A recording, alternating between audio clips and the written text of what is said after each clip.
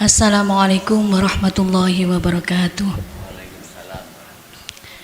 Badhe nderek tanglet Gus. Kula nate mireng keterangan ngeten. Allah menciptakan maghligai dada. Di balik dada Allah menciptakan kolbu. Di balik kolbu ada fuad, ngene kok akal. Di balik fuad ada saghofah. Di balik saghofah ada sir. Di balik sir ada ana. Ada.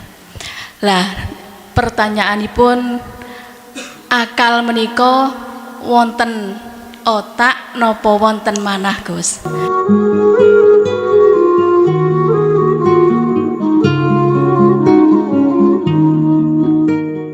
Dan alhamdulillah dalam situasi yang sangat indah niki kita masih diperkenankan Allah untuk bertemu dan bermuajah dalam rangka taklim muta'alim yang untuk pada malam hari ini kami akan membahas tentang sebenarnya kemenangan itu di mana. Berkenaan dengan hal itu kami mencoba membuka di dalam surat Fatih, ya, Fatah, Al-Fathu, Al-Fathi, yaitu ayat 1-4. Sebab diri kita sebagai manusia, manakala jagatnya jasad wilayah itu dijajah oleh bangsa lain atau orang lain, pasti di situ ada semacam perlawanan, baik perlawanan secara mediasi, bahkan perlawanan sampai kotak fisik horizontal. Bisa jadi satu negara manakala itu direbut oleh negara lain, pasti penduduknya itu enggak terima. Artinya pasti ada perlawanan. Perlawanan pertama mediasi atau apa ya, istilah gontok-gontokan, tukaran cangkem. Kalau ini tidak selesai, lanjut pada konflik akhirnya. Perebutan wilayah sehingga terjadi peperangan. Ini secara zahir. Cuman di sini kami akan membahas wilayah batin. Kemenangan yang dimaksud di dalam ruhaniyah itu bagaimana? Terus mengatakan kemenangan itu sebab sebelumnya itu ada kontak peperangan. Dalam bahasa Al-Quran disebut mujahadatun nafsi. Dan inilah sebetulnya peperangan yang dimaksud Rasulullah merangi hawa nafsu. Karena wilayah ruhaniyah kita telah direbut oleh musuh kita yang disebut nafsu, sehingga penduduk ruhaniyah kita itu dikuasai oleh nafsu. Akhirnya kita sebagai orang yang terjajah otomatis akan menjadi budaknya hawa nafsu. Kalau ruhaniyah ini sudah menjadi budaknya hawa nafsu, maka apapun yang dilakukan ruhaniyah pasti memakai undang-undangnya nafsu. Apa undang-undang nafsu itu? Bisu menciptakan ruhaniyah ini harus selalu lalai pada Allah dalam segi apapun. lalai. Dan inilah Bapak Ibu yang pada saat Rasulullah masih hidup dulu pernah berpesan terhadap umatnya tentang masalah peperangan itu yang terberat adalah melawan hawa nafsu. Bapak Ibu hadirin jamaah rahimakumullah. Ini harus ada kontak fisik, harus ada peperangan terhadap hawa nafsu. Dan kami pada malam hari ini akan menjelaskan tentang kemenangan. Kemenangan yang hakiki itu ada di mana? Monggo jenengan sing purun buka, yang mau buka Al-Quran di dalam surat Al-Fatah, surat yang ke-48 ayat 1 sampai 4. Bismillahirrahmanirrahim. Inna fatahna laka fatham mubina. Inna sak temene ingsun Allah. Iku fatahna buka sopo ingsun, aweh sopo ingsun Allah fatham mubina, memberikan saya, kata Allah, saya atau kami memberikan kepadamu satu kemenangan yang nyata. Ini bukan maksudnya peperangan Khandaq, peperangan Uhud, peperangan Badar, bukan. Ini kembali kepada pribadi kita masing-masing. Siapakah mereka yang diberikan Allah kemenangan yang nyata? Terus ruhaniyah yang bagaimana? Ruhaniyah ini yang diberikan Allah dalam kemenangan yang nyata. Dalam ayat lain Allah katakan wa ma ubarri'u nafsi. Saya tidak bisa bebas dari nafsu. Artinya Rasulullah sendiri itu tidak bisa mengalahkan nafsu. Yang nafsu itu inna nafsa la amaratim bisu. Nafsu itu mengajak selalu kejelekan atau menjadikan rohaniah saya itu lalai. Jikalau tidak dimenangkan Allah.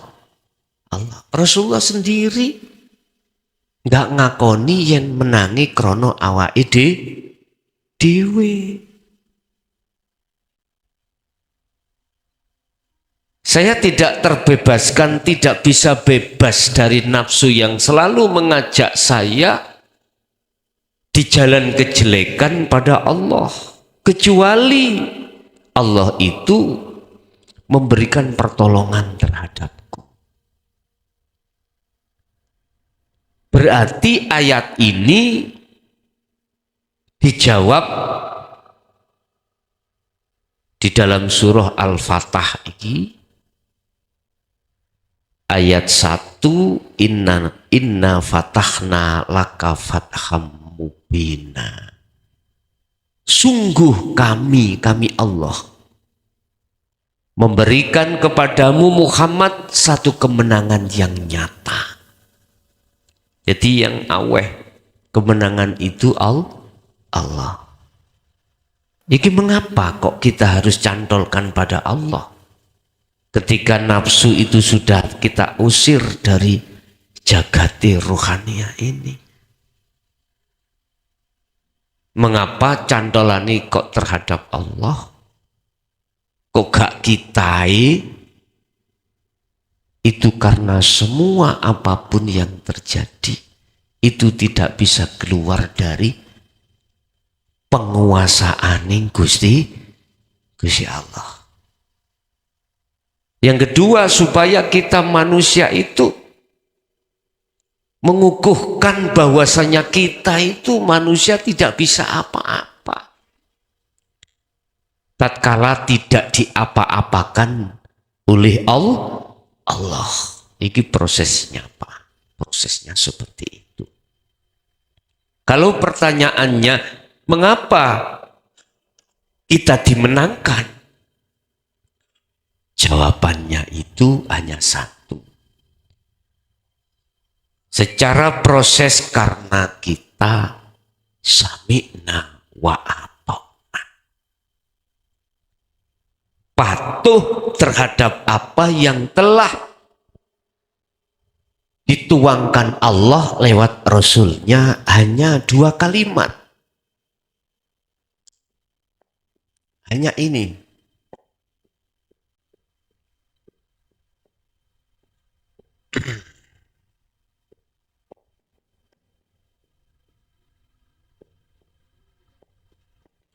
Hanya ini. Rohaniyah wa anikbudullah. Ruhaniyah ini patuh lewat imannya hanya Allah segala-galanya. Hidup itu baik yang ada di dalam maupun di luar dirinya itu yang berkehendak, yang berkuasa, yang berperan. Nah, untuk membuka rohaniyah, iman dan percaya terhadap hidup itu otomatis Bapak Ibu tidak lepas dari pengajaran dinul haq. Nah, ketika mempraktekkan tidak keluar dari sistem zikir sirul asrar. Sehingga bisa anikbudullah. Ruhaniyah jenengan niki condongnya hanya pada Allah, tidak condong terhadap selain Allah. Dengan alasan inilah Bapak Ibu, Allah katakan inna fatahna fatham mubina. Aku yang memberi kemenangan padamu dari mungsuhmu yang nyata, yaitu hawa nafsu. Intine hawa nafsu iku dikongkon ngaku-ngaku. Makhluknya yang menghendaki, yang punya karep, makhluknya yang melakukan, makhluknya yang segala-galanya, baik makhluk dirinya maupun makhluk orang lain. Ini, tetapi jenengan tidak mau mengikuti arahan nafsu di situ, mengikuti arahan Allah lewat Rasulnya, yang Rasul itu hanya membawa ajaran niki tok. Anikbudullaha wastanibu tauhid. Rohaniyah ya. Wastanibu jenengan iki ngedoi apa sing diperintahno nafsu dalam diri kita. Menjauh kita laksana mobil, kita enggak mengikuti jalan yang ditetapkan oleh nafsu, tapi kita berjalan di atas jalan yang ditetapkan oleh Allah. Di sini Pak. Pun lanjut. Ayat nomor 2, liyaghfira lakallahu ma taqaddama min dzambika wa ma ta'akhkhara. Mengapa Allah ini kok memenangkan jenengan? Tadi pertanyaannya, jawabannya karena kita patuh terhadap Allah. Kepatuhan ruhaniyah terhadap jalan Allah inilah yang akan menjadikan liyaghfira, pengampunan Allah. Liyaghfira laka, pengampunan dateng jenengan kali kula sangka Allah. Pengampunan apa ma perkara utawa dosa kesalahan takot dama kang wis dhisik apa mamin rupane ma min dzambika saking pira-pira dosane ira wa mata akhara dan dosa-dosa sing wis kliwat atau dosa-dosa yang akan datang iku ya apa ngeten Pak. Kita semuanya jujur. Sebelum kita mengenal dinul haq dan setia terhadap Allah ruhaniyah ini, jujur kita itu dulu ruhaniyah berjalan di atas jalannya nafsu. Dan itu kita pada saat itu kita nggak merasa kalau mengikuti jalan nafsu. Karena apa? Karena kita telah didoktrin nek apik sangka Allah, nek elek sangka nafsumu sendiri. Loh di sini. Oleh karena aku gak tahu maksiat, ya aku berarti di atas jalan Allah. Itu memang secara syariat sudah benar. Tapi kalau kita tarik dari sisi hakikat, justru sesungguhnya kita itu loh, mohon maaf, yang ruhaniyah kita itu selalu nyembah nang nafsu, mengikuti apa sing tidak dikarepake hawa nafsu, mengikuti apa yang digendaki hawa nafsu diri kita. Bentuk mana kita? Buktinya mana? Kalau kita itu berjalan di atas jalan nafsu. Segala apapun kehendak, segala apapun kita melakukan, ningati di dalam hati kita, duduknya ditakholi. Kalau berkenaan dengan diri kita, contoh, aku yang melakukan ini. Apabila yang kulakukan itu ada unsur menolong orang lain, mesti saya menganggap saya yang menolong orang lain. Itu pasti Pak. Nggak ada ruhaniyah ini klik sambung nang Allah. Iman iki kalau Allah yang menolong nggak ada Pak. Ini kita telah melakukan kesalahan. Taqaddama min dzambika wa mata akhor. Iki kita semuanya. Berarti kita mantan-mantan maling. Nggih. Nyolong hak Gusti Allah. Kesadaran ruhaniyah di saat itu ketika saat hidayah kita terima Pak. Hidayah yang sifatnya keruhaniyah, yaitu yang ada kaitannya dengan pengajaran Rasulullah terkait anibudullaha wastanibut tauhid. Ini mungkin surat An-Nisa mungkin. Saya lupa ini. Di tengah-tengah ayat ini. Artinya Rasulullah hadir, siapapun Rasul itu visi dan misinya ini. Ngelurusno penyembahan. Meluruskan pengabdian terhadap Tuhan. Ini. Bapak Ibu. Ketika saat dampak ruhaniyah kita itu mengikuti dan berjalan di atas jalan nafsu. Kita jadi budaknya. Manakala menemukan satu kejadian yang tidak nyocokin nafsu, mesti amarah. Muring-muring kita. Sungguh muring-muring. Contoh, niki contoh mawon. Ini musim hujan, Bapak Ibu.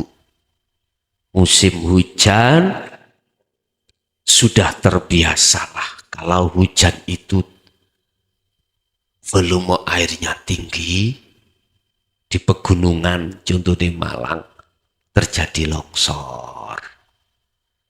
Hujannya 1 hari 1 malam gak henti-henti, longsor. Longsor itu tanah di atas turun ke bawah. Ada tanah di bawah naik ke atas. Itu di Sidoarjo itu ya. Namanya longsor itu tanah yang di atas jatuh ke bawah. Tanda kalau kita itu mengikuti jalannya nafsu, mesti pakai akal, Pak. Mesti pakai akal. Dan iman kita pasti meyakini sebab akibat kejadian ini disebabkan karena air yang debitnya terlalu tinggi. Sehingga bisa kami simpulkan pindahnya tanah dari atas ke bawah itu mesti imane hatiku karena air. Aku tanya, air dengan tanah itu makhluk napa kholik? Makhluk toh ya. Makhluk. Di dalam sistem tauhid itu yang di dalam wadah dinul haq iku mengatakan Allah iku urip, makhluk iku mati. Allah iku hidup, makhluk iku mati. Sifatnya mati, tidak punya hak bergerak. Ya juga tidak punya hak menggerak. Itu sifatnya mati. Air dengan tanah sama-sama makhluk, berarti sama-sama mati. Bagaimana mungkin sesuatu yang mati itu bisa memindahkan sesuatu yang mati? Seperti penggosok itu Pak ya. Gosok, penghapus dengan spidol. Mati. Benda mati umumnya kalau kita ngomong. Apa mungkin penghapus itu bisa memindahkan spidol ini dari tempat satu ke tempat lain? Lawang yang namanya penghapus pindah sendiri aja. Gak usah mindahkan, itu gak bisa kok. Kalau tidak ada yang memindahkan. Sifatnya makhluk ya mati. Wis. Aku gak ngomong sifatnya makhluk ambek sifatnya Allah terkait wujud. Benek wujud tambah bingung mana sampean kok. Nek Allah sing wujud, terus makhluk gak wujud. Lah iki apa gak wujud? Lah ngoten nggih. Wis engko iku bingung tambahan. Iku sifat nafsiyai Allah. Bapak Ibu, imanku tondo kalau berjalan di atas jalan nafsu, mesti saya nuduh yang mindahkan tanah dari atas ke bawah yang disebut longsor itu mesti air. Akal menjawab, kalau tidak ada hujan, yo gak mungkin tanah itu loh. Masuk akal nggih? Masuk akal. Tolong nek ngaji ojo akal-akalan tok. Akal-akalan saja. Jangan. Ngajilah di luar akal juga. Apa iman? Kita menerima kabar ini, kita masuk dalam akal. Akhirnya nafsu ngomong. Lewat akal iki nang roh percaya olehnya longsor disebabkan karena air. Akhirnya Bapak Ibu, air iku dadi imane atiku sehingga meripat basiroh roh kula niki ketutup dengan air. Akhirnya tidak akan bisa menyatakan dan melihat sesungguhnya di dalam dan di luar air itu ada Allah.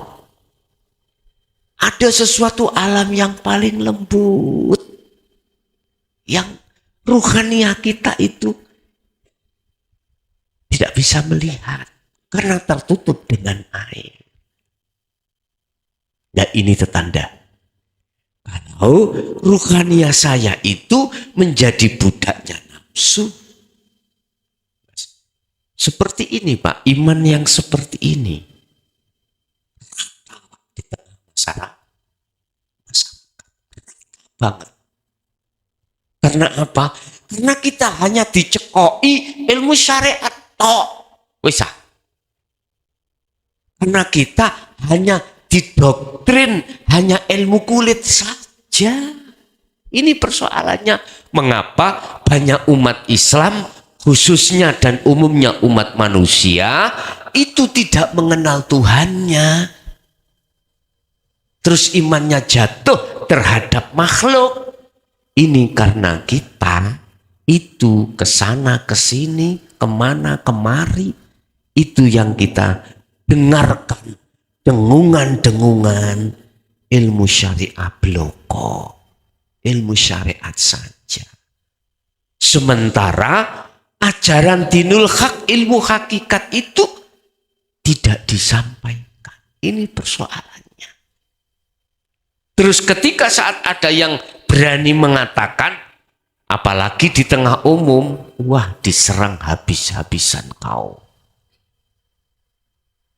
Bila mana kau takut dengan serangan itu yo, rokono maneh. Ngerti rokan?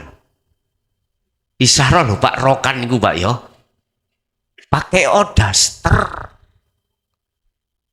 Paham maksud kula pakai odaster? Di situ Pak. Lanjut aja. Sekalipun itu hanya kita sampaikan di tengah keluarga kita sendiri. Harus orang dekat kita. Biar ruhaniah kita itu tidak menjadi budaknya hawa nafsu. Hawa nafsu itu tidak menyerang terhadap golongan menengah ke bawah tok lho Pak. Enggak. Justru dia juga menyerang golongan menengah ke atas. S2. Lah nek kita dadi kiai, ya nafsune nggih macak kiai ngelmune ya luwih dhuwur. Angger sampean piye? Luwih dhuwur ngelmune. Iblis iku kurang alim ya apa, Pak? Penasehati para malaikat Azazil itu ngalime pol. Otomatis anak buahnya ya juga ngalim-ngalim. Kita diserang, menengah ke atas diserang oleh nafsu dalam diri kita. Ketepatan poksi kita sebagai pengajar, Pak. Entah ilmu apa. Dengan ilmu itu, di dalam diri kita dipaksa untuk mengakui kalau kita yang memberikan pemahaman pengajaran terhadap para murid. Lu anggitmu sing kiai akhirat itu gak diuber-uber ayuan. Setane malah luwih makrifat maneh. Ya apa sekirane para mursyid itu ruhaniahnya itu ngakoni dheweke sing beat, dheweke sing nuntun, dheweke sing nuduhna nang Gusti Allah. Kalau tidak lewat aku kau tidak bisa sampai pada Allah. Lah, hati-hati nggih. Hati-hati es Tuhan. Luwih alus, luwih ngalim kita. Ini kalau saya bicara tentang tanda-tanda kalau kita itu berjalan di atas undang-undangnya hawa nafsu. Wis apapun basis kita, apapun poksi kita, status kita, sadar. Intine nafsu iku maksa pada diri kita supaya rohaniah itu duduk di taholi. Apa taholi itu? Ngakoni awake sing laku. Makhluk lainnya yang berlaku di situ. Bapak Ibu hadirin, iku kesalahan-kesalahan kita Bapak Ibu. Lah, di sini Allah memenangkan kita disebabkan tadi ya, sami'na wa ata'na, akhirnya masuk di dalam ayat ini. Allah katakan liyaghfira lakallahu ma taqaddama min dzambika wa ma ta'akhkhara. Ya. Nah, di situ semua apa kesalahan kita yang sudah dan yang belum. Ayo. Penak nggih? Sing belum niki le. Engko maksudnya ya apa? Kok belum kok wis disepuh? Nah, engko tak sedono. Penak Pak nek dadi budaya Allah. Penak banget. Sing wis jelas-jelas. Sudah jelas ruhaniyah kita beriman terhadap selain Allah dalam hal segi apapun. Terus dambika mata akhor iki ya apa sing maksudnya sing jange dilakoni dosa iki disepuro. Ayo. Nyun sewu Pak. Ini ada kaitannya dengan hadis Kanjeng Nabi yang mengatakan taubatan nasuhan.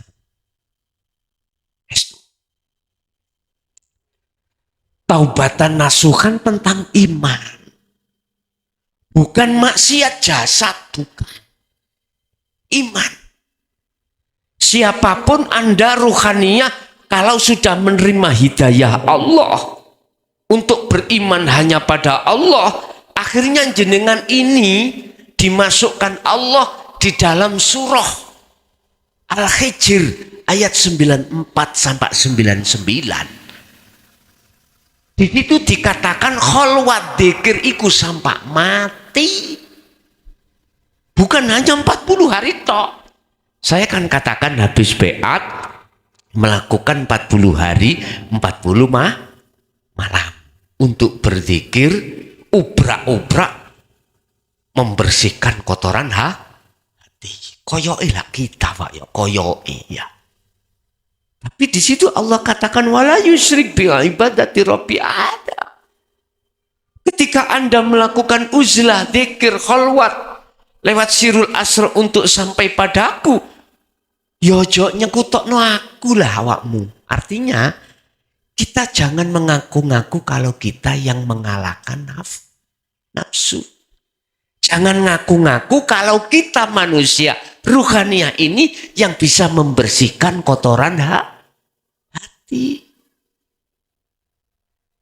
Jangan ngaku-ngaku kalau kita yang melakukan kholwat. Wis, gak usah ngenteni 40 dino Pak. Nek sistem yang seperti ini tertanam dalam dirimu, sewengi ae dadal. Sampai ke makom musyahadah makrifat Allah. Contohnya Isra Mi'raj Kanjeng Nabi sawang. Gak usah sewengi Pak. Sampai sholat ile. Pirang menit sih? Ayo, subuh misalnya 2 menit cukup? 1 menit. Oke. Mulai takbiratul ihram. Logrokno keakuanmu yang melakukan itu. Mesti makrifat. Mesti sampai pada musyahadah Allah. Karena ruhaniyah sampean tidak duduk di takholi, duduk di tajal. Makanya ada yang tanya, Gus, langsung ada tak sistem langsung gak adik giringan? Ada. Sopo? Cristiano Ronaldo. Kalau membawa bola, iku gak adik giringan malayu koyok jarak. Makanya Cristiano Ronaldo kan seringkali walaupun beliaunya striker itu diletakkan gelandang kanan atau kiri. Pelayu nih kayak setan Pak. Jadi melihat celah dia itu walaupun bola itu masih jauh langsung disapu Pak. Langsung toh. Ojo kayak Messi. Klunak, klunu. Tapi yo api. Gitu ya. Api ya. Jadi beda. Nek Ronaldo iku sistemnya macet tuh Pak ya, langsung push. Lah nek sinten Messi sistemnya Wasilun digiring, diumpakan sana, jari Messi. Cek bingung nafsu nih, tak akalane. Artinya nek cara dunia sepak bola, lawannya cek pusing, ngoten lho.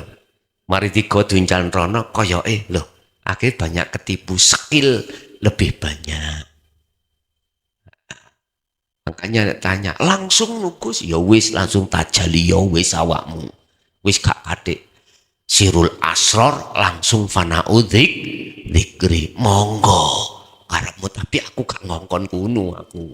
Tapi nek njaluk ya mboten napa. Lah, maksud dosa yang akan dilakukan ini diampuni Allah. Jaminan dong Pak ini. Apa? Jenengan iki gak mungkin kalau sudah melakukan zikir sirul asrar untuk fana'u zikri, gak ingin jenengan ruhania iku lepas dari Allah. Estu Pak itu. Tapi terjadi lepas. Berarti lepas sampean maksiatin ati roh nang Allah tanpa Anda rencanakan atau tanpa Anda sengaja. Mungkin Pak sampean pingin ngelalek nih Allah, mboten mungkin. Tapi berhubung kita itu masih diproses Allah di fana dan kamil, kau harus mau. Saya ancup-ancup nakan dulu. Diancup-ancup no Pak. Dijatuh no, dibangun no, dijatuh no, dibangun, bangunkan. Belum sebetulnya itu jenengan itu. Intinya kalau bisa ruhaniyah ini tetap jenengan itu di posisi musyahadah terus nang Allah ngoten Pak. Ini. Kalau ruhaniyah kita sudah masuk dalam ayat ini. Aku yakin. Wala bagin wala antin innallaha ghafurur rahim. Enggak ada unsur sampai sengaja pingin sengaja ngelalek nih Allah, enggak ada. Iso iku terus kantil kok. Ati itu tajali terus nang Allah, bisa ngoten. Tapi berhubung jenengan iki dirutuhno Allah, dijatuhno Allah dulu. Lewat nafsu yang katanya terlalu besar godaan ini. Aku belum siap digoda suami. Lewat suami dan istri aku. Hatiku sih panas. Nah, terus pundi toh bagaimana loh.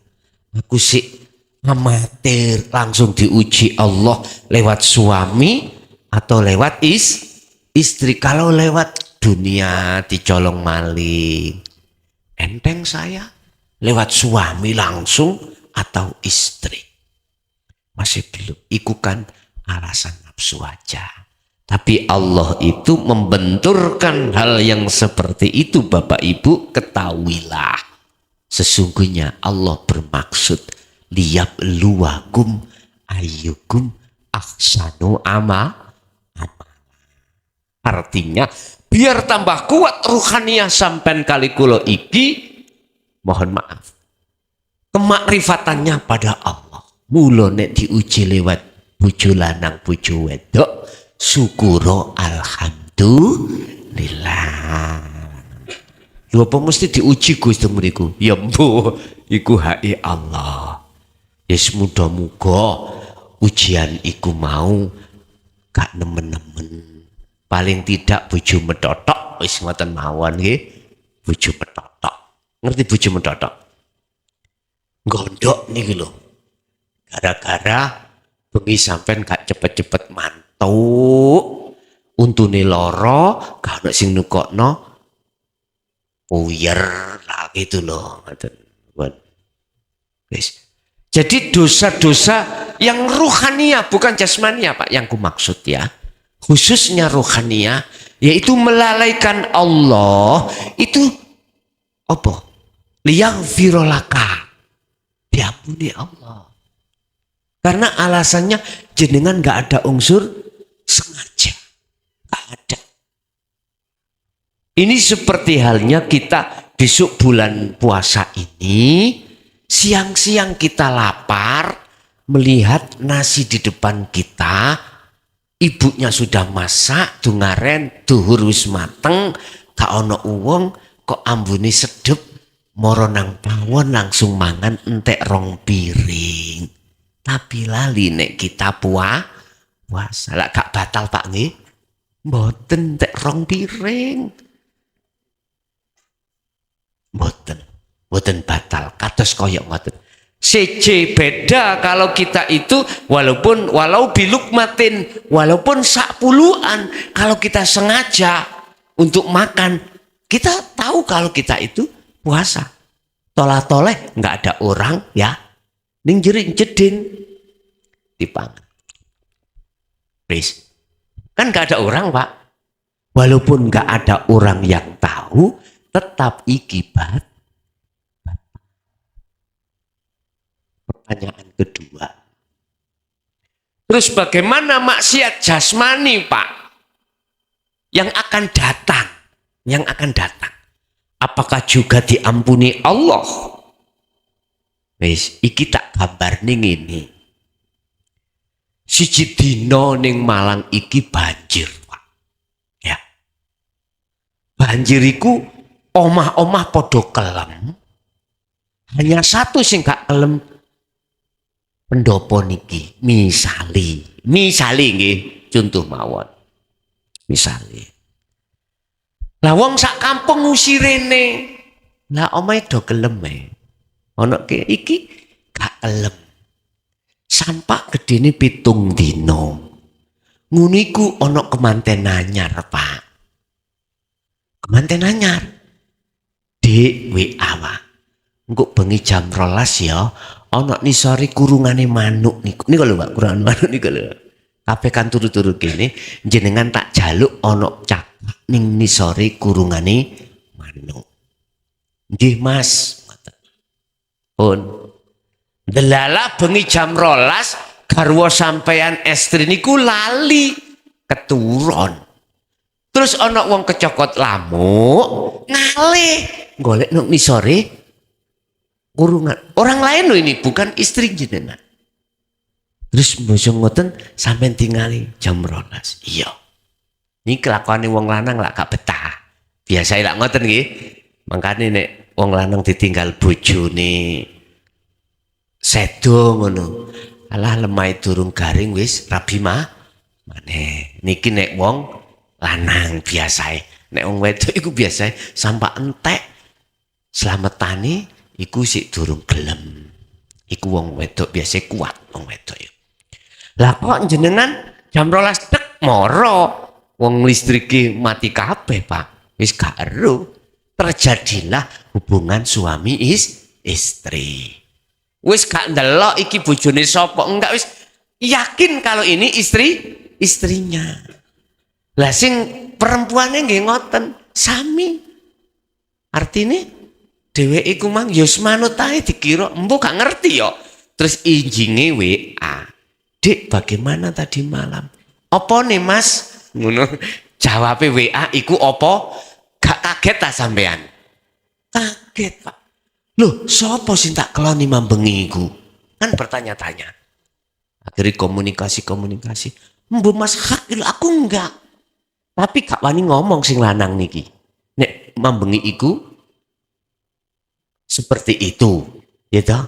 Apalagi istrinya subuh iku WA, Mas sepurone ya, mambengi kula keturun, nyenggirat sampean. Sopo ya? Loh, ini hukumnya bagaimana? Enggak ada hukum haram, Pak. Karena memang jenengan iki mohon maaf, gitu. Yakin kalau itu istri panjen. Artinya gini, Pak. Wis. Hubungannya ruhaniyah dos pundi. Ruhaniyah jenengan iki ojo maneh. Kalau sudah mengenal dinul hak dan mengamalkan surat Al-Kahfi ayat 110, sudah konsekuensi terus teng mriku. Aku yakin ojo maneh maksiat. Sing namanya maksiat dohir. Maksiat batin gedene koyok ngene gak gelem kok arepe maksiat dohir sing cowili iku. Tapi manakala diterjadikan Allah tidak ada, mohon maaf, tidak ada bedanya dengan ketika jenengan iki lalai dengan Allah. Jenengan iku sudah berupaya, berusaha sebagai kekasih Allah untuk menjaga baik secara lahir maupun secara batin dalam hal maksiat datang Allah. Maksiati dohir iku yo iku sing nglanggar aturan syariat, maksiati roh batin iku nglanggar aturan hakikat. Ngene iki diwali wastani anik butuh do madhep sapa ati atau huta ing perkara selain Gusti Allah. Imane uya banyu pada saat itu wastanibu atine ngedoi Allah ing Gusti Allah diwali. Karena jenengan posisi onok fana dan kamil pada saat itu, akan tetapi nanti suatu saat ya Allah, disitulah nanti Anda akan ingat aku mau melakukan maksiat rohani. Paham ki maksudku? Jadi mengapa beliau kekasih Allah tatkala dijatuhkan di maksiat iku gak dadi maksiat? Ayo. Itu karena ruhaniyah jenengan ini ketika saat berlakunya maksiat secara fisik gak iso menghindari ruhaniyah jenengan ini. Jasmania gak iso menghindari, tetapi posisi ruhaniyah sampai niki tetap dalam tajalli Allah. Pertanyaannya, apa ya seperti itu? Ini kalau enggak hati jenengan posisinya waktu dohir maksiat ruhaniyah itu ono takholi, kalau posisi jenengan ono fana dan kamil iku dimaklumi. Tetapi mesti sakwise iku ono munculin nafsu lawamah ya iku ono rasa getun. Mohon maaf lho Pak ya. Hubbud dunya khoti'atun kabiratun. Wis, iki gecek ono.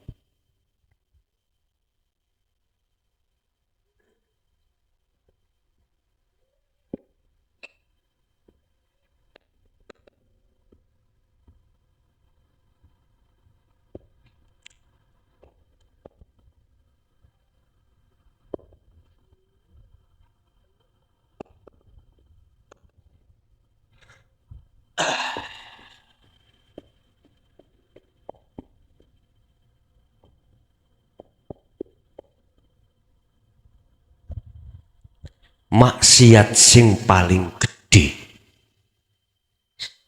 daripada gede-gedene maksiat yaiku hubbud dunya, jatuhnya ruhaniyah terhadap kesenangan selain Allah. Iku khoti'ah, satu kesalahan kabiratun.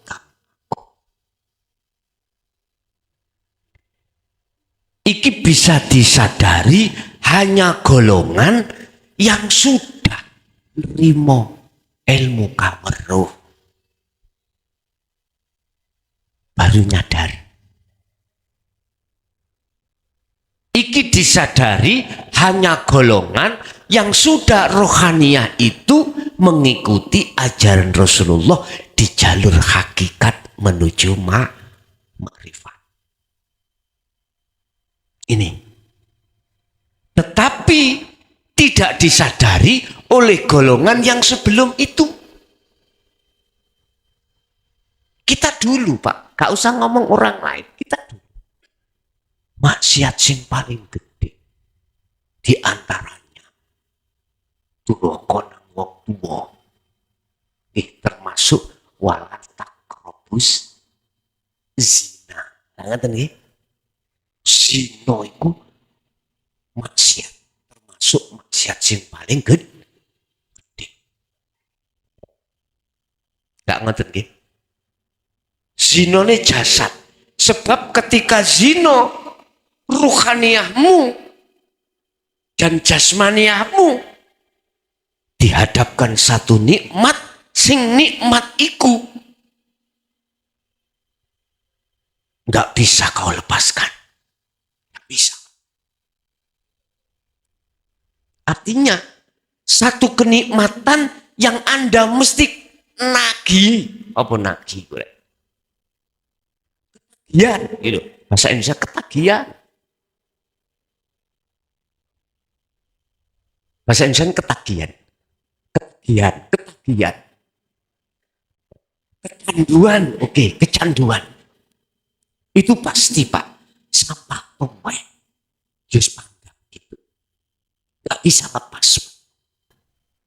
Gak bisa. Berhubung. Gak ono kesempatan. Akhirnya gak sido budal. Coba nih ono kesempatan sembarang siap,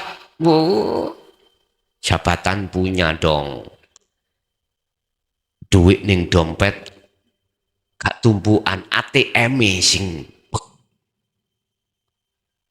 golek model wong sing kelas SMA lah gampang, duit bos, duit. Kalau dadi wong Jakarta kono lah, gak usah Jakarta, Surabaya. Gak usah doado. Pengen model sing SMA walaupun Anda umur 70 bisa, malah seneng murele. Paling 5 menit bablas wis. Mari nu hos ngoten nggih. Pada saat sudah selesai memang koyoke getun. Memang koyoke yaudah, nanti habis itu entah selang 1 hari lagi metu maneh. Karepe maneh. Tak rasa no ya, kok rada lumayan. Telepon mana? Kesempatan ada. Nah, wong kita gak gablek Pak. Jabatan gak punya, uang gak punya, ngompreng gak ono. Akhirnya terpaksa. Makanya syukur enak dadi wong gak duwe. Wis penak pol, gak nemen-nemen oleh maksiat. Bapak Ibu hadirin, hadis ini hubud dunia ini akan sadar jenengan kalau maksiat yang paling gede di atas beberapa maksiat, karena hubud dunia itu arahnya nangoni kesyirikan, syirik khafi, baru sadar. Akhirnya jenengan tidak akan mau untuk ingin melakukan lagi. Tapi manakala Allah menjatuhkan Anda kembali kepada Allah, aku gak didoyo, la haula wala quwata. Sing didoyo namung illallah. Pun. Wa yutimmu lan nyempurnaake sapa Allah nikmatahu ing nikmat sira Muhammad, nikmatahu ing nikmate Allah alaika ing atase sira Muhammad. Wis, apa sing dimaksud nikmat iku, Pak? Ketemuni ruh dengan Allah. Paham nggih? Wis, kalau sudah ke situ disempurnake Allah. Apa? Dari makom fana ke dari kamil ke bako. Ya udah. Itu termasuk nikmat yang disempurnakan Allah. Wa yahdiyaka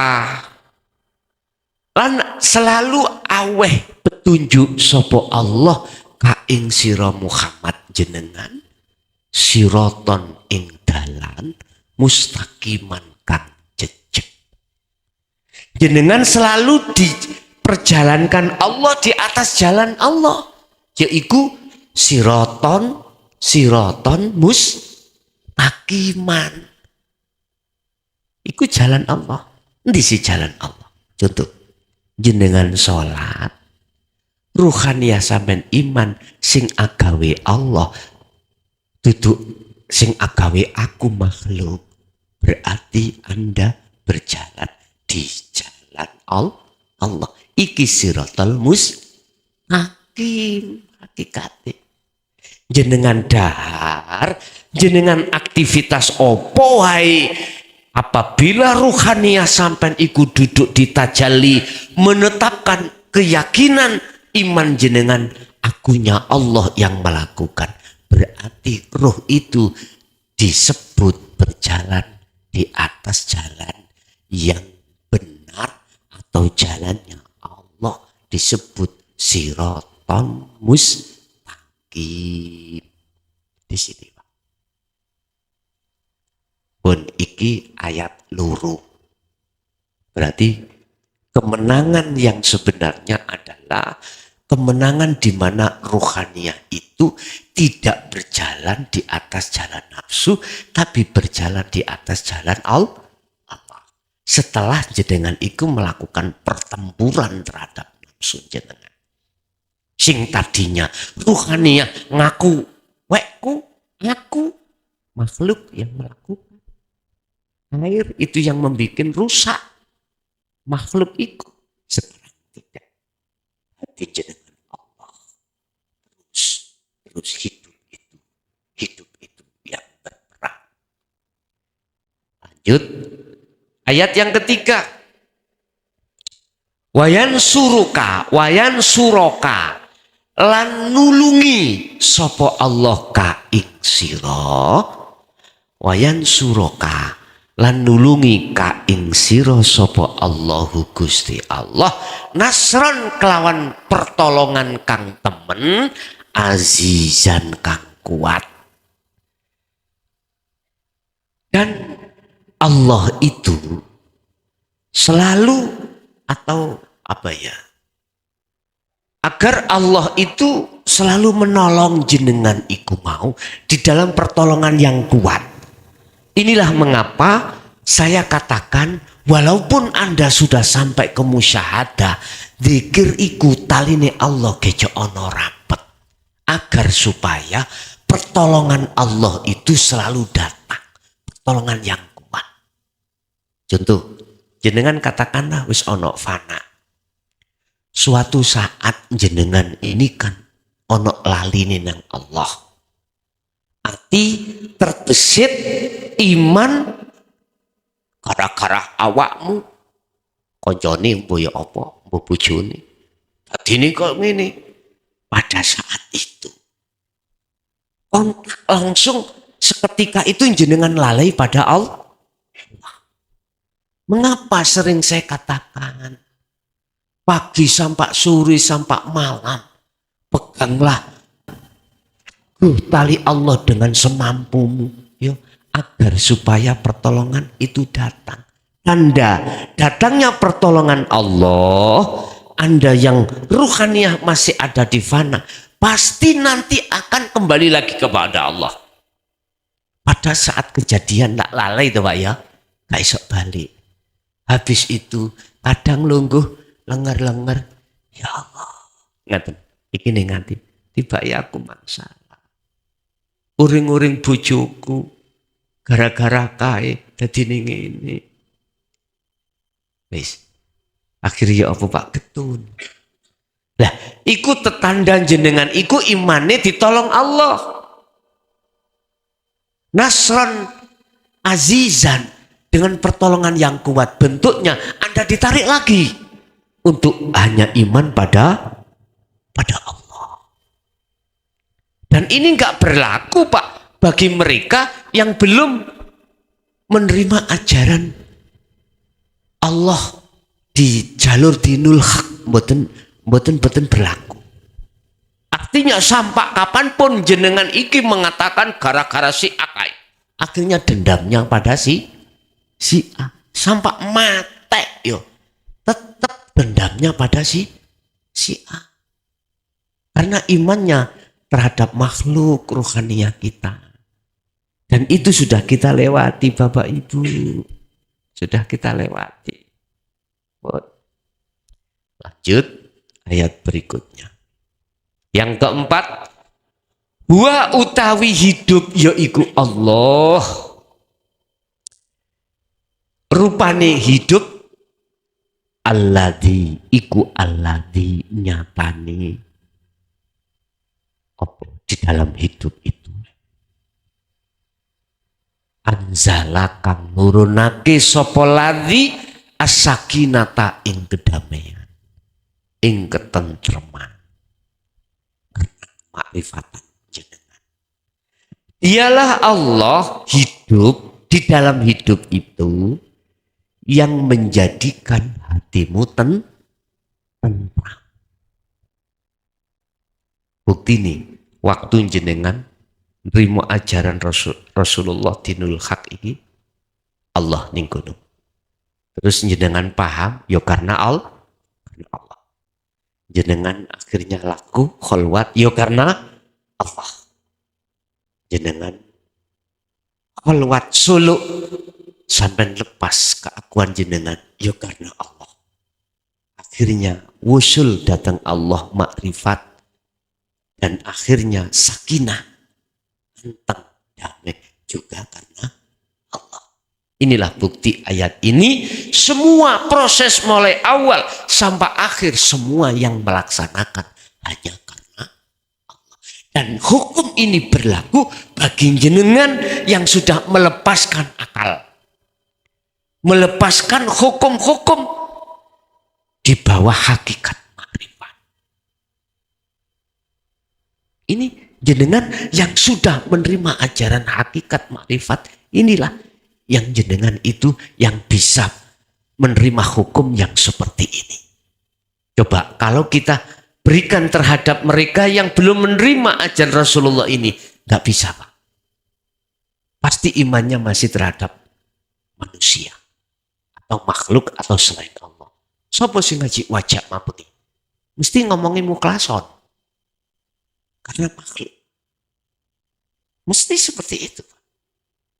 Sapa sing bimbing? Mukhlason. Sapa? Mesti gitu, Pak. Iman ini condongnya terhadap makhluk. Nggak bisa ngomong Allah, nggak bisa. Buktinya, ketika saat Al-Khalat mengatakan ana al-haq la fi jubati illallah, nggak bisa, Pak. Justru mereka membunuh Al-Khalat. Ditengarai Al-Khalat itu mengikrarkan diri sebagai Tuhan. Akhirnya dibunuh. Sampai seperti itu berarti menandakan bahwasanya, mohon maaf, mereka itu ahli hijab itu nggak bisa dimasukkan hukum semua itu Allah. Kadang-kadang di tengah masyarakat ngomong ini, Pak. Lah enak akabe Allah, ini Allah, nyolong Allah. Itu, ini Allah, lah enak lah. Wis ini ono. Kalau ada orang yang seperti itu, kasih maklum, jangan dibantah, menengoai, ngunek lambene, dikunci Allah lah gak muni. Itu pasti lah, Bun. Ketenangan di mana fi qulubil mukminina ing dalem pira-pira atine wong para mukmin kabeh. Mukminin yang bagaimana? Orang yang sudah percaya semua itu yang berlaku, yang berperan hanyalah Allah. Itulah mereka yang hatinya yang sudah condong imannya hanya pada Allah. Dudu Allah nama lo ya. Kok boleh aku mengatakan hanya condong pada Sang Yang Widi, Sang Yang Sekerta, Sang Yang Dumati, Sang Yang Tunggal, atau Allah atau Allah. Waduh mawon. Mukminin iki hatinya yang sudah iman terhadap hidup itulah yang segala-galanya yang melakukan. Apa tujuan maksudnya? Liyazdadu, krono arahi Allah iku nambahi makrifat, nambahi terhadap mereka apa nih imanan, keimanane utuh kemakrifatane ditambahi. Jadi hatinya tiap hari tiap saat oleh karena ketenangane iku mang ditambahi Allah, liyazdadu imana ma'a imanihim, nambahi iman sing wis ono imani. Inilah Pak cara makrifat volumenya tambah tinggi. Iman sampean hanya pada hidup itu tambah kuat.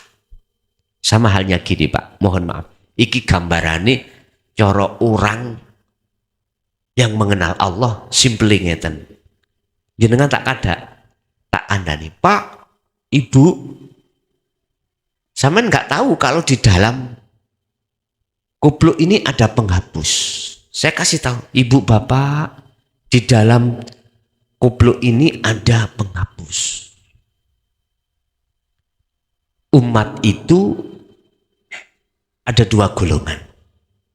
Wa minhum man hadanallah. Satu percaya dan mengikuti petunjuk. Wa minhum man haqqat ad-dhalalah. Satu tidak percaya. Otomatis tidak mengikuti petunjuk.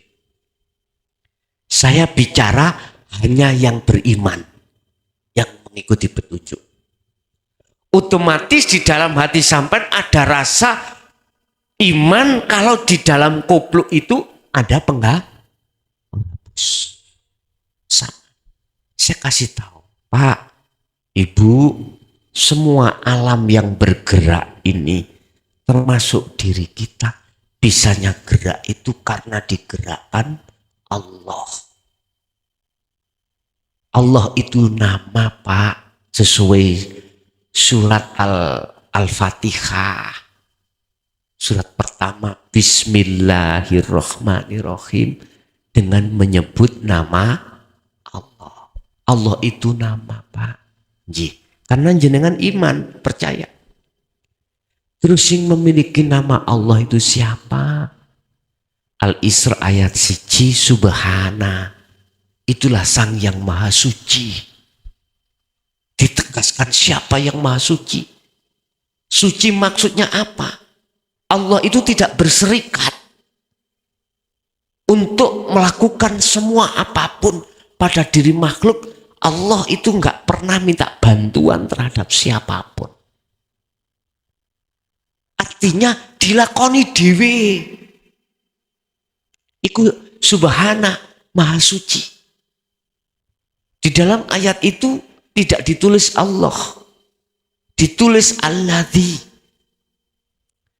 Maha Suci sapa zat hidup asra sing nglakokake, yang memperjalankan, menggerakkan, menghendaki dan lain sebagainya. Bi abdihi lawan kawulane alladzi utuh hidup kabeh. Oh nggih, ada iman. Berarti jenengan iki sudah masuk tidak terasa di dalam sirul asrar, di tingkatan su'aul basiro. Ada cahaya iman dalam hati sampean bahwasanya semua itu hanyalah Allah yang berkehendak, yang melakukan. Oke, tapi belum ketemu. Sing jenenge urip ning awake durung ketemu, ning jabane ya durung ketemu, sing gerakno awake durung ketemu. Cuman wis ana su'aul basiro, ada pancaran iman dalam hati ketika saya takbir rukuk sujud, ruhaniah sampai iku mau merasakan kehadiran hidup yang memperjalankan jenengan. Mestinya hati dilebokno ning kono terus waktu sholat, baru isok sholat isok khusyuk.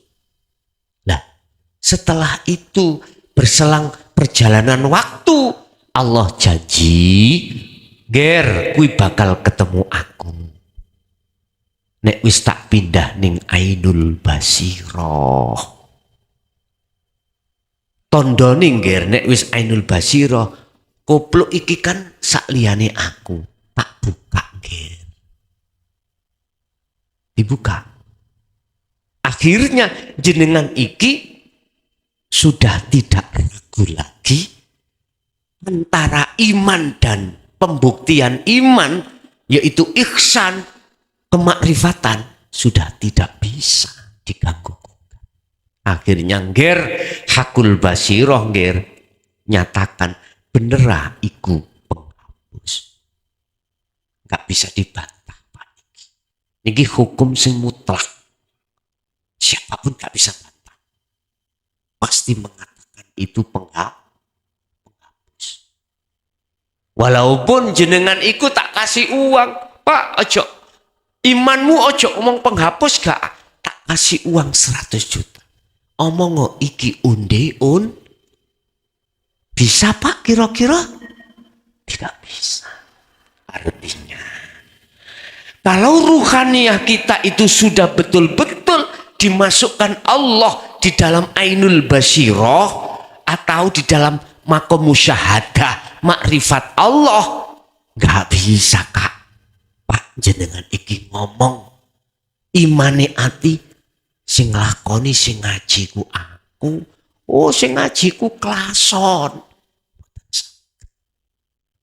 Nek lesan saged, nek ati sampean iman sampean mboten saged. Mesti ngomong Allah.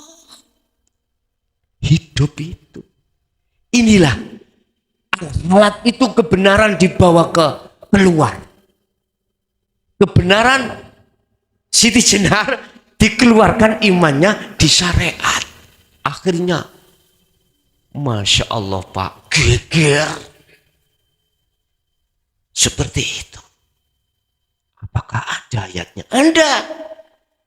Pertama, Rasulullah wajib bahasno bagaimana caranya imane umate iku sing metu akune Allah di dalam ruhaniyah. Al-Anbiya 25. Tetapi jangan polah-polah kau. Polah-polah itu apa? Jangan macam-macam coba-coba kau mengatakan la ilaha illa ana, manakala ruhaniyahmu itu masih duduk di ahli hijab. Nggak bisa. Kalau sudah duduk di ahli suhud tajalli, nggak masalah bagi ing mungguh Gusti Allah. Ada lagi penegasan. Gitu. Ketika itu sudah paham, apakah ada penegasan aku Allah? Ada surat Toha ayat 14. Sama. Ya jok sampai sing ahli hijab iku berani mengatakan itu. Nggak boleh. Itu karena haknya Allah. Haknya urip sing berkata. Udah. Bapak Ibu, mengapa Allah itu kok selalu menambahi ketenangan dalam hatimu? Karena berselang sama-sama jenengan iki mang makrifati bertambah. Makanya pagi sampai sore bengi udah tambah ono uzlahmu, tambah ono dzikirmu, tambah ono dzikir. Jadi kalau sudah dibukakan, dibuat selain Allah dalam hatimu termasuk dirimu hamba hilang, itulah yang kumaksud laksana jenengan ini sudah melihat penghapus, akhirnya mengatakan betul ini penghapus. Iman sudah tidak bisa diobah oleh nafsu. Masih nafsu itu tadi mbah niki kiai ya gak bisa. Iblis tadi mbah ni iblis gak bisa Pak. Ngoyak iman seseorang yang sudah duduk di sini gak bisa. Makanya dikatakan inilah kemenangan yang sebenarnya. Walillahi junudus samawati wal ard wa kanallahu aliman hakima. semua apa yang ada di langit dan di bumi itu adalah pasukannya Allah. Bagi Allah. Artinya hukum syariat berulang kembali. Artinya jenengan kalau sudah di makrifat lewat wasilun berhubungi si ono dunyo Pak. Syariatmu dadi hakikat bakal bisa nuju makrifat gini. Maksud daripada surat Al-Baqarah ayat 238. Hafidhu ala sholawah wassalatil wusta wa qumu lillahi qanitin. Inilah sebenarnya pengikutnya Rasulullah. Ini pengikut apa? Cara jenengan laku dohir iku dadi batin nuju makrifat Allah. Laku ning dunya jasate ruhaniyah sampean iku sudah di akhirat. Kalau sudah di akhirat aku tanya, berlaku enggak alam barzakh kanggo sampean? Enggak berlaku. Karena sudah di akhirat. Ceritanya Nabi Idris iku sebelum beliau iku dimasukkan surga waktu di dunia Pak. Gampangane cara wong dagelan ambek Gusti Allah. Gusti Allah dawuh, sapa sing pernah ngalami mati. Terus tak lebokno surga ora bakal dheweke iku nang donya maneh. Artine dheweke iku mang ngalami alam donya, alam barzakh. Nabi Idris politik, si coba kula pengin nggih. Gusti Allah dipolitiki, tapi bukan nih koyo iki politik-politikan Pak. Iki contoh mawon maksudnya ono. Ketika beliau dimatikan. Setelah itu dia diangkat ke surga. Terus teng mriko, ya apa Dris enak weco. Ya wis baliyo nang donya ditagih dawuh Allah. Ya Allah ya Rob, jenengan kan wis dawuh, sapa sing wis tau tak pateni terus dilebokno nang gone akhirat surga ora bakal nang donya maneh lagi. Akhirnya itulah salah satu nabi dan rasul sing dheweke iku durung wayahe mati, wis mati terus ana surga gak gelem mudhun maneh. Iku maksudnya ya apa? Ini terhadap kita, Pak. Terhadap kita. Keakuanmu iku nek wis dipateni Allah, mboten mati dhewe lho Pak ya. Keakuanmu itu nek wis dipateni Allah. Kita duduk di tajali kan didudukkan Allah. Lah gitu lah. Bukan roh iku isok nang tajali dhewe, koyoke sing ngono. Tapi asline semuanya itu Allah. Huwallazi anzala sakinata fi qulubil mu'minin. Lah iki mang ayate. Ayat nomor 4. Kabeh ku Allah. Lah sapa sing wis keakuane iku dimatikan Allah, otomatis iku syarat mutlak bertemu Allah. Harga mati bisa ketemu Allah, iku kudu mati dhisik. Berarti keakuanmu harus kau matikan. Ikulah sing dimaksud urip sak jerone mati. Jasadnya ini memang koyo isih urip. Keakuannya, tapi ruhannya sampai sudah mati. Dan itulah tanda jenengan itu menemui sang yang hidup, berarti jenengan urip. Nek koyo ini wis gak ngalami maneh. Makanya apa sing jemput roy kekasih Allah itu Allah dewi. Ya wonten mriku. Saged ta malaikat mungkar nakir protes. Ya Allah, dereng kula tarap niku. Lah ngono. Belum saya tarap, marobuka sapa pangeranmu. Tolong sampean bawa ke sini. Enggak berani. Jadi yang menjemput, yang mencabut ruhnya kekasih Allah itu Allah sendiri. Karena apa? Karena selain Allah itu sudah tidak ada, termasuk Israel sudah tidak ada bagi ruhaniyah yang sudah duduk di musyahadah ma'rifat Allah. Sangat dipaham Pak Ge? Jadi hukum yang barzah itu sudah tidak berlaku karena jenengan itu sudah mengalami kematian. Ya iku matine aku nih makhluk. Aku nih hamba ini wis gak ono. Iman jenengan terhadap selain Allah, keakuan hamba yang nyapa-nyapa sudah tidak ada. Berarti murni sampai iku tauhid enggak ada. Perserikatan terhadap Allah. Artinya enggak menyekutukan Allah. Laksono ngene. Nek kuwi pengin tahanan iki padang terus kuwi bakal bisa nyawang. Ya tekakno lampu kuwi.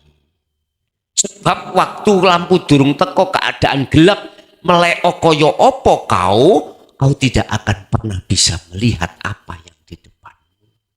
Tapi ketika saat lampu ini teko jret, otomatis gelape langsung saknalika seketika itu hilang. Nyatalah apa yang di depan jenengan berarti hidup.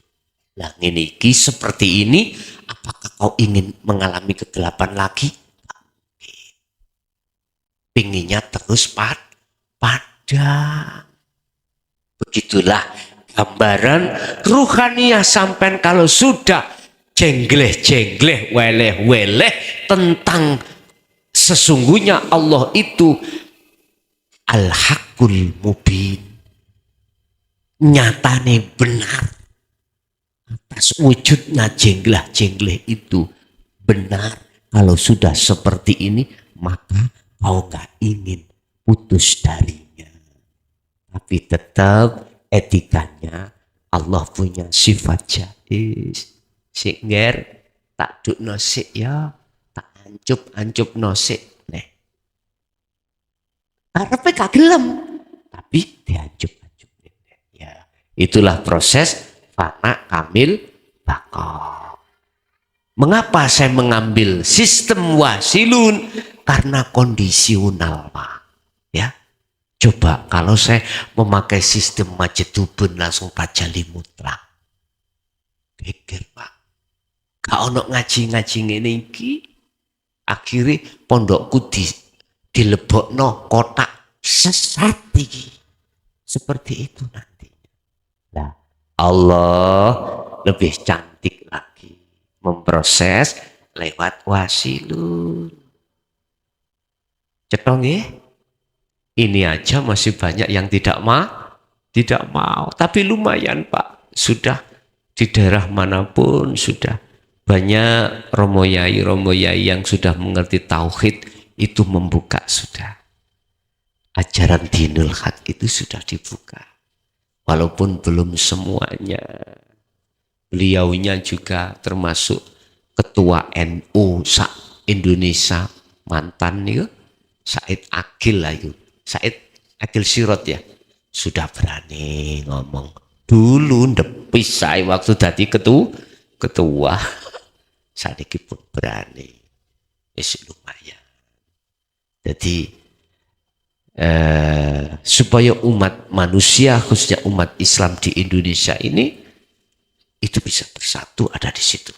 Gak ada khilaf Pak. Kalau sudah di situ gak ada khilaf. Makanya Indonesia sepanjang sejarah ya, walaupun negaranya satu di dalamnya berbangsa-bangsa, gak akan pernah terpecah belah manakala umatnya ini walaupun beda agama, mereka ruhaniyah bertuhan pasti gak akan terpecah. Kalau bahasa Quran, nek kabeh gelem bertauhid, gak gampang kena hasute politik luar negeri. Sampai delok, mohon maaf, nak gone Arab niku, ya toh, bangsane iku mau situk bangsa Arab negarane kathah. Beda toh kalau Indonesia, tapi hancur. Estu. Indonesia terbalik, luar biasa. Negarane siji, bangsane kathah. Banyak. Oh, ada bangsa Jawa. Jawa itu aja dibagi 3. Jawa Timur, Jawa Tengah, Jawa Barat. Belum lagi Padang, bangsa Madura, bangsa Dayak, bangsa. Loh, banyak bangsa. Tapi rukun. Karena apa? Karena jawabannya beliau-beliau itu ada pancaran rohaniah itu beresa. Makanya ketuhanan yang Maha Esa itu di depan diletakkan sila pertama sebagai landasan undang-undang Indonesia ini. Ini sempat ada yang goyah. Ikuti dele depan. Dele depan ketuhanan yang Maha Esa. Akhirnya bisa menyatu. Jenenge beda, Islam Allah, Nasrani Allah, Buddha apa Pak? Hindu apa dewi-dewi atau jenenge? Gak masalah. Disatukan namanya hidup. Beres wis. Dayak apa namanya Tuhannya? Wis. Disatukan semuanya adalah Alladzi atau hidup. Ya sudah. Kalau ajaran dalam rohaniah itu diberikan, nggak mungkin perang. Mohon maaf. Indonesia jangan dikira tidak ada yang menghasut Pak untuk memecah belah. Pasti gerakan-gerakan itu sudah ada mulai sejak dulu itu. Cuman nggak hasil. Mengapa? Nggak hasil. Kalau kita konteksnya ngomong secara teori, karena umat manusia di Indonesia itu bertuhan yang Maha Esa. Ketuhanannya itu yang Maha Esa. Di situ. Makanya tolong muncul aliran ini, bertauhidlah kamu, silakan. Nyun sewu. Baru-baru ini lihat di Arab, dulunya ikut Saudi, mungsuan ambek Iran, sekarang Islah bersatu lagi. Padahal itu ada yang memecah belah. Dia memukul memakai tangan orang lain. Intine Dajjal iku memecah belah umat. Ya apa sekarang itu tukaran.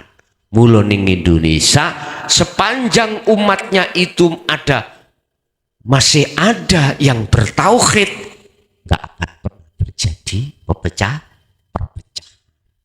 Bahkan pertempuran atau kita kenal sebagai perang Palestina nggak terjadi. Irak bagaimana? Hancur Pak. Irak ini. Terus Mesir begitu. Kelakuane sapa nek ngomong basa ilmu syariat. Ya sampean wis roh dhewe ngono to. Ya toh?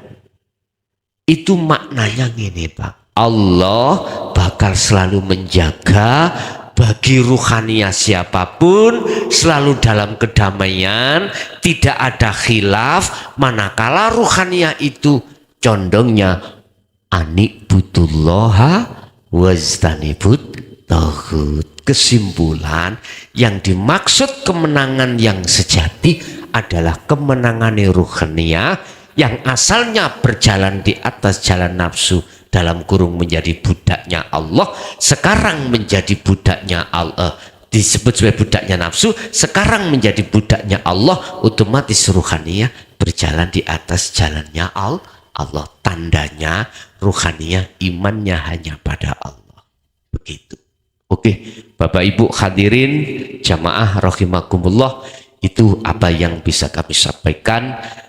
Menginjak season yang berikutnya adalah season tanya jawab. Untuk pertama kita kasihkan di majelis, nanti setelah itu kita kasihkan di interaktif di jamaah yang di luar. Monggo. Assalamualaikum warahmatullahi wabarakatuh. Badhe nderek tanglet Gus. Kula nate mireng keterangan ngeten. Allah menciptakan maghligai dada. Di balik dada Allah menciptakan kolbu. Di balik kolbu ada fuad, ngene kok akal. Di balik fuad ada saghofah. Di balik saghofah ada sir. Di balik sir ada ana. Ada. Lah, pertanyaanipun akal menika wonten otak napa wonten manah Gus. Lajeng nomor kalih nate kula ngraosaken pas wekdal dalu menika mireng napa petik klorok niku kadose donya niki horeg kali petik klorok Gus. Menika menapa? Pangapunten matur nuwun. Sekedap petik klorok jam pinten niku? Perkiraan nggih jam setengah kalian dalu. Ngoten nggih. Inggih, dalu. Nggih. Lajeng malih kula niki nate ngraosaken malih kula niki wekdal niku leyan nggih mantun dalu-dalu maos-maos ngoten. Lah wekdal leyan niku nggih sadar kula niki. Kadose kula niki napa? Kados dikuliti ngoten lho Gus. Sampai yuga kula niki ngeten, Bu, sadar anu tangi Bu. Padahal niku kula sadar. Nggih sewaket mboten karu-karuan Gus. Rasane kaya kajeng mombol, kajeng mboten karu-karuan ngoten Gus. Lah menika pripun ngoten nggih. Inggih, bareng sampun. Assalamualaikum warahmatullahi wabarakatuh. Waalaikumsalam warahmatullahi wabarakatuh. Di dalam diri kita jasmani itu ada ruhani. Sebelum ada ruhani ada fuadi yang disebut akal. Di dalam ruhani ada sir, di dalam sir ada ana. Bapak Ibu, yang ditanyakan apakah akal itu ada di ruhani atau gimana? Gini Pak, qad khalaqnal insana fi ahsani taqwim. Pertama gitu, summa rodatnahu asfalasa filin, illa, ada ilanya, illal ladzina amanu dan seterusnya. Sebetulnya aku menciptakan manusia, sungguh aku ciptakan manusia itu dengan sebaik-baiknya. Ini posisi kita Pak ya, ketika saat kita belum akil balik, ahsani takwim, betul-betul ruhaniyah itu condongnya hanya pada Allah. Ruhaniyah loh, bukan jasmani loh ya. Nek jasmani ono sing pakai HP, ono sing nangisan, ombelen, ono sing wis idiot, ono macam-macam. Ya kita jangan melihat jasmaninya, lihat ruhaniyah niku beliau aksani takwim. Tapi kemudian summa asfalasa filin, dijatuhkan serendah-rendahnya. Karena apa? Karena kita mengikuti kesukaan hawa nafsu. Kita berjalan ruhaniyah itu di atas jalan nafsu. Ingat, manusia makhluk yang paling sempurna sehingga disebut insanul kamil. Secara syar'i mengatakan manusia itu tidak hanya akal tetapi juga nafsu. Beda nek hewan nafsu saja, beda kalau malaikat akal saja. Barang siapa yang ruhaniyahnya itu dikuasai akal, maka derajatnya lebih tinggi daripada malaikat. Iki ngomong syariat dulu. Barang siapa rohaniyahnya dikuasai nafsu, maka dia seperti lebih jelek daripada haya. Ulaika kal an'am balhum adol. Oke Pak, Melihat dari keterangan ini, akal itu di luar apa di dalam ruh? Di luar. Melihat keterangan ini, akal dengan nafsu itu di samping ruhaniyah,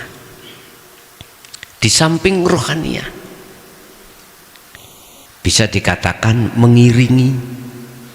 Tapi bagaimana kalau kita tarik dari ajaran dinul haq? Ada sifat basariyah, ada sifat basiroh. Basariyah diduduki nafsu nafsiyah lawamah amaroh, basiroh diduduki nafsu alwamah dengan mutmainah. Kedua sifat ini bertentangan. Satu mengajak menghadap terhadap selain Allah, satu mengajak menghadap pada Allah. Praktek kenyataan sekarang. Contoh tadi, mengapa akal itu kok mengajak imannya terhadap selain Allah? Buktinya Pak, ketika saat terjadi banjir itu tadi akhirnya longsor, ruhaniyah yakin kalau yang menjadikan sebab musabab hukum, sebab musabab jatuhnya yang namanya tanah itu disebabkan air. Loh, mengapa akal kok mengajak seperti itu? Yun sewu, bahasa al-fu'ad itu nek sampean terjemahkan akal miturut syariat ono njaba. Bahasa al-fu'ad nek sampean terjemahkan secara hakikat itu angen-angen, yaiku iman di dalam hati jenengan. Iman yang bagaimana? Iman yang masuk di ranah sifat basiroh. Sedangkan sifat basiroh itu mengajak rohaniyah supaya beriman hanya pada Allah yang segala-galanya. Barang siapa yang rohaniyahnya dikendalikan sifat basiroh, maka terjadilah dia akan masuk di dalam sir, dan di dalam sir itulah akan memunculkan ana. Itulah yang ku maksud surat Al-Ankabut ayat 5. Mangkana yarju liko Allah, barang siapa yang ingin mengadakan bertemu terhadap Allah, fa inna ajalallah la'at, Allah akan berjanji, waktunya ditentukan Allah untuk bertemu. Ini janji Allah. Terus caranya untuk menghantarkan keinginan bertemu Allah itu bagaimana?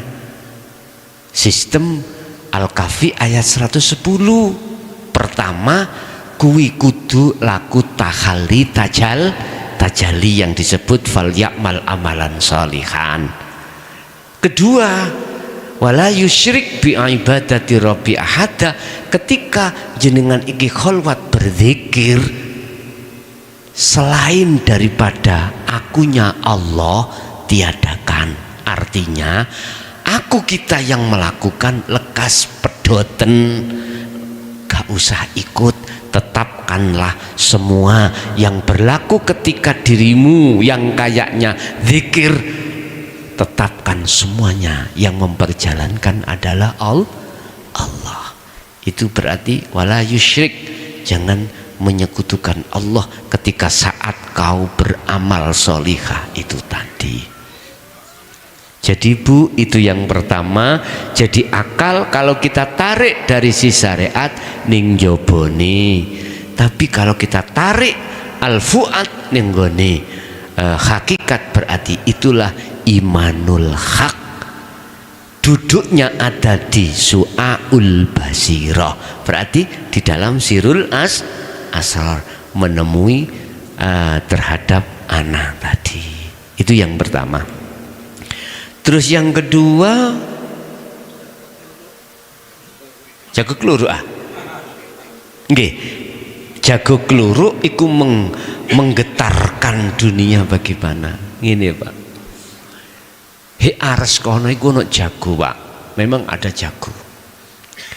Jago yang ada di dunia akan kluruk itu menunggu kluruknya jago yang ada di Lauhil di Ares. Makanya aku tanya jam berapa Bu kluruknya?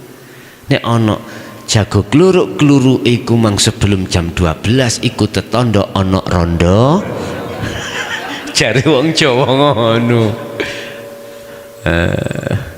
Ya wis. Iku asline jago kluruk yang ada di dunia. Dari sepertiga malam itu kluruk itu sebab di atas di Ares itu ada jago memang Pak. Gini ku sing kula damel tarung waktu ono tarungan petik-petik niku Pak. Mesti menang. Gak kadek gak. Jago ning Ares niku. Kula cukup dikabluk iki meneng. Lanjane jago loro pangkon. Dikabluk sing ngabluk loro kabeh. Lho ngono lho. Wis meneng ae. Akhire sing ngabluk loro-loro dhewe ya pegel-pegel dhewe.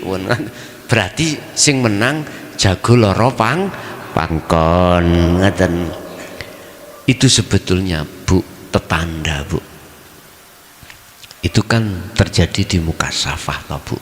Sampak horek itu artinya ini. Kalau boleh saya katakan, saking banyaknya ruhaniyah umat manusia ini selalu berbuat dolim pada Allah. Sebetulnya itu Bu. Maksudnya itu. Memang secara syariat maksudnya ben jago ning dunya kluruk, orang-orang bentangi tahajud dan sholat subuh syariat. Maksudnya suruh kembali ila anibutullah wis ndang condongo atimu nang Gusti. Aslinya ada di situ sebetulnya itu. Berarti ketika hati condong nang Allah kan gak usah ngenteni jago kluru. Sik tak aku tanya nang sampean. Sadurunge jam 12 bar ngisa ana jago kluru iku kok iso ngomong iku tetandha ana rondo meteng. Zalim Pak. Iku sebetulnya itu manusia banyak rohaniah iku zalim pada Allah. Wis. Terus yang terakhir apa tadi? Oh nggih, koyok dikuliti rasane loro kabeh. Mohon maaf, asine loro iku tidak asine mati tidak seloro yang di omong-omong noni kalau kitab-kitab. Diomongno koyok wedhus, dikuliti urip-uripan ambal 1000 loro. Iku sebetulnya bagi ahli hijab. Nek ahli suhud sampean tahu turu angler gak ngipi, tahu gak Pak? Yaitu mati jenengan. Lah gak kroso apa-apa toh? Gak kroso. Ya seperti itu. Rasulullah sendiri juga mengatakan dalam hadisnya memang secara syariat bayuh lorone sampak-sampak mayat iku nek mengane nek ngosoki alon-alon iku loro. Lah ngono nggih. Heta. Nyun sewu Bapak Ibu, estu nyun sewu. Gak usah ngenteni jenengan iki mati dulu.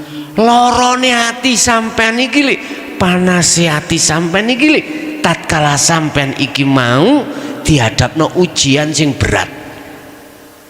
Bojo dicocok petik. Piye rasane hatimu? Kayak disayat-sayat toh? Anak sampean iku ana sing nyulik, piye rasane? Dunya sampean iki mang dicolong maling diringkes. Loro hati iki. Sebetulnya itu. Dan itu hanya terjadi pada ahli hijab. Ahli hijab Pak. Sebab apa? Sebab imane ruhaniyahnya itu melihat makhluk. Tidak hanya mata dohir melihat makhluk, jatuhnya iman terhadap makhluk. Coba nyun sewu, kalau basiroh jenengan mata hati itu melihat Allah, memang mata dohir melihat makhluk, manjing nang akal nafsu ngomong nang gone roh imano iku mang makhluk sing nyolong. Berhubung jenengan basiroh nyambuka nang Allah, gak percaya Pak. Padha mbek imang lho, tak omong iki penghapus. Aku omong, saya bicara bukan Pak, ini onde-onde.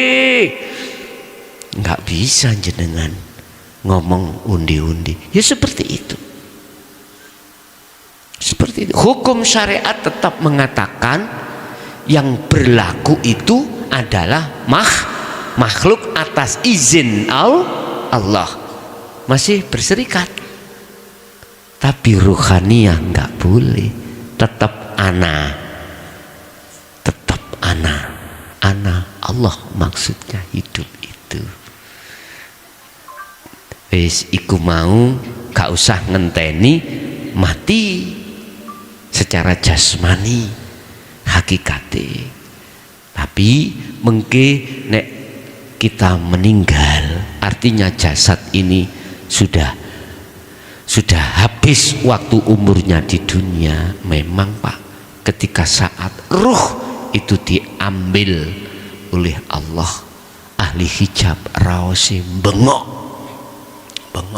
tapi ahli syuhud raosi tidak. Empere ibarat jenengan yang namanya tidur, ada yang tidak bermimpi, ujuk-ujuk tiba-tiba sudah pagi. Tapi ketika saat bermimpi dikejar ular besar, ketakutan, yaitu sakitmu seperti itu. Padahal itu jarene ngipi ya. Itu padahal gambaran sok mati kita sebagai ahli hijab seperti itu Pak. Kita waktu tidur mimpi dikejar orang gendeng gawa berang, lari ndak Pak? Pasti lari. Lah apa kamu turu kok lari lho? Ya apa bos? Koyok temen. Tapi ketika saat bangun, ya Allah Pak, alah turu. Sampai ngomong kembangi, padahal itu adalah ayat, gambaran. Sok kuwi nek arep mati diparani sing jenenge apa sing mohon maaf ya. Tergantung kita ketika saat di dunia condongin nang sapa. Gitu. Akhirnya piye anakku, piye bojoku, piye sawahku, piye, Masya Allah dan sebagainya. Oke, ada lagi? Monggo.